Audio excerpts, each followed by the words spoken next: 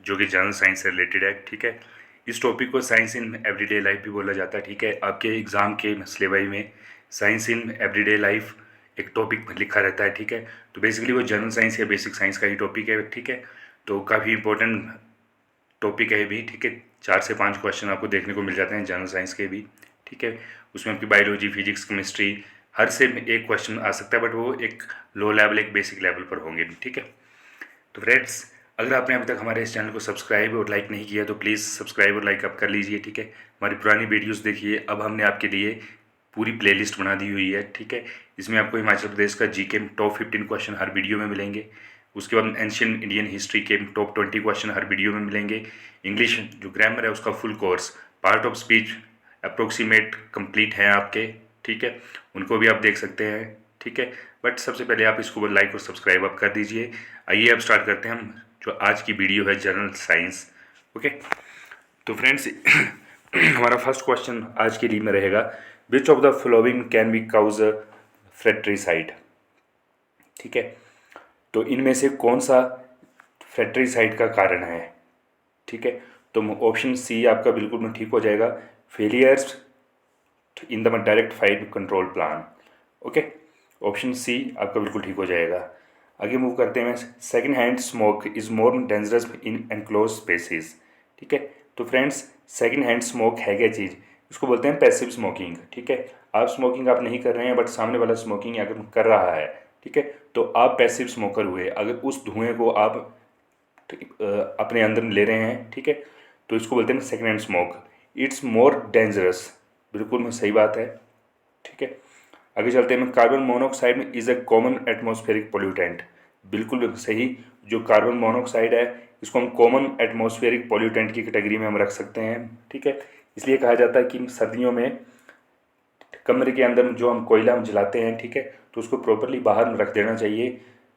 Otherwise आपके room में एक क्लोज्ड स्पेस में कार्बन मोनोऑक्साइड इकट्ठी हो जाएगी, जो कि आपके ब्लड को पॉइजनस कर देगी। ठीक है, आपको सांस लेने में दिक्कत आएगी और इसमें मोस्ट प्रोबेबली डेथ भी हो सकती है। ओके, आगे मूव करते हैं, which of the following is a characteristic of all the minerals.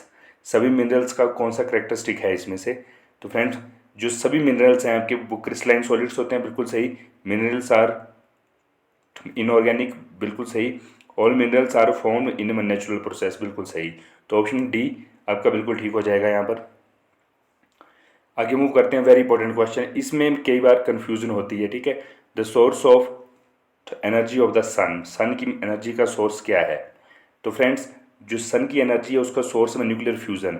अब इसको आप फिजन और फ्यूजन में आप कंफ्यूज ना हो, इसलिए मैं एक शॉर्टकट बताता हूँ, सन, SUN। ठीक है, तो मैं यू लगा हुआ है बीच में, तो फ्यूजन। ठीक है, और हाइड्रोजन बॉम्ब का अगर आपसे पूछा जाए तो उसमें होता है फिजन।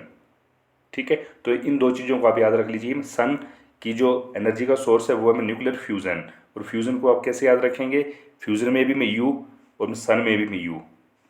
ओके, आगे मूव करते हैं अपने सिक्स्थ क्वेश्चन की तरफ, important, what is the group of emus called. ठीक है, तो आपने नेशनल ज्योग्राफी पर ईमू करके में एक वर्ड को देखा होगा। ओके, तो उसके में ग्रुप को बोला जाता है मोब। ठीक है, इस चीज़ को ध्यान रखिएगा, इंपॉर्टेंट है। आगे चलते हैं सातवें प्रश्न की तरफ, very important, grouping of stars that resembles a picture is called, इसको बोलते हैं कॉन्स्टलेशन। ठीक है, स्टार्स का एक ग्रुप जो किसी एक पिक्चर के साथ रिजेंबल करता हो उसको बोलेंगे हम कॉन्स्टलेशन। ओके, आगे चलते हैं, granite is an example of this type of rock.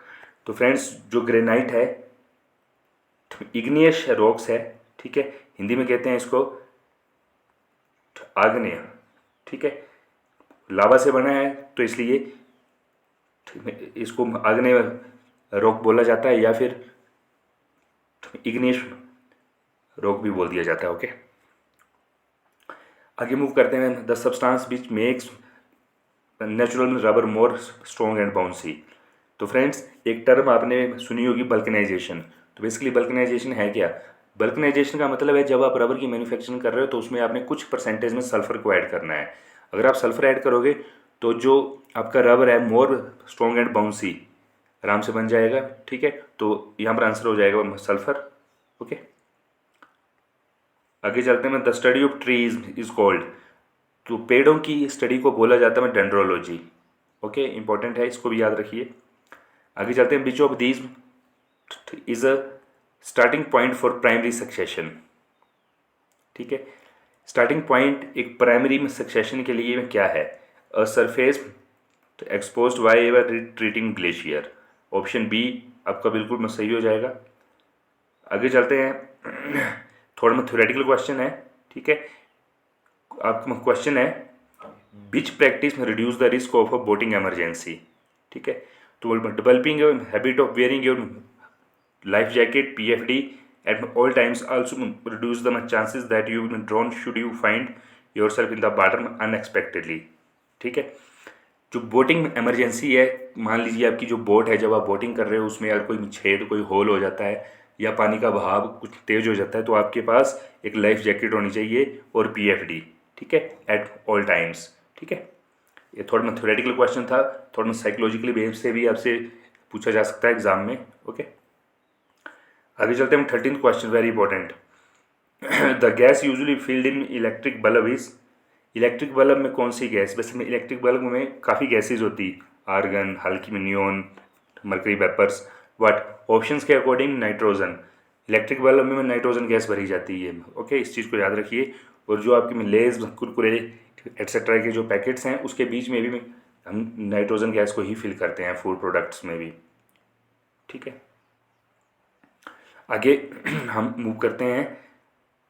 Systems biology में is mainly an attempt to, ठीक है, जो सिस्टम्स बायोलॉजी है वो किस चीज़ के लिए अटेम्प्ट मानी गई है? तो इसका आंसर हो जाएगा to understand the behaviour of entire biological system. ठीक है, तो सिस्टम बायोलॉजी का मतलब है behaviour of entire biological system को समझना। ओके, तो option B is the right answer. आगे चलते हैं अपने 15th क्वेश्चन की तरफ। Important question again, what is the first step in photosynthesis? Very important question. ठीक है, तो फोटोसिंथेसिस का फर्स्ट स्टेप है excitement of an electron of chlorophyll photon of light. जो एक्साइटमेंट करवानी पड़ती है या होती है एक इलेक्ट्रॉन की ऑफ क्लोरोफिल, जो क्लोरोफिल का इलेक्ट्रॉन है उसकी एक्साइटमेंट होती है for the photon of light. तो ऑप्शन डी आपका राइट आंसर हो जाएगा। आगे चलते हैं अपने लास्ट प्रश्न की तरफ। Very important question, bright light is found emit from photographers flash gun.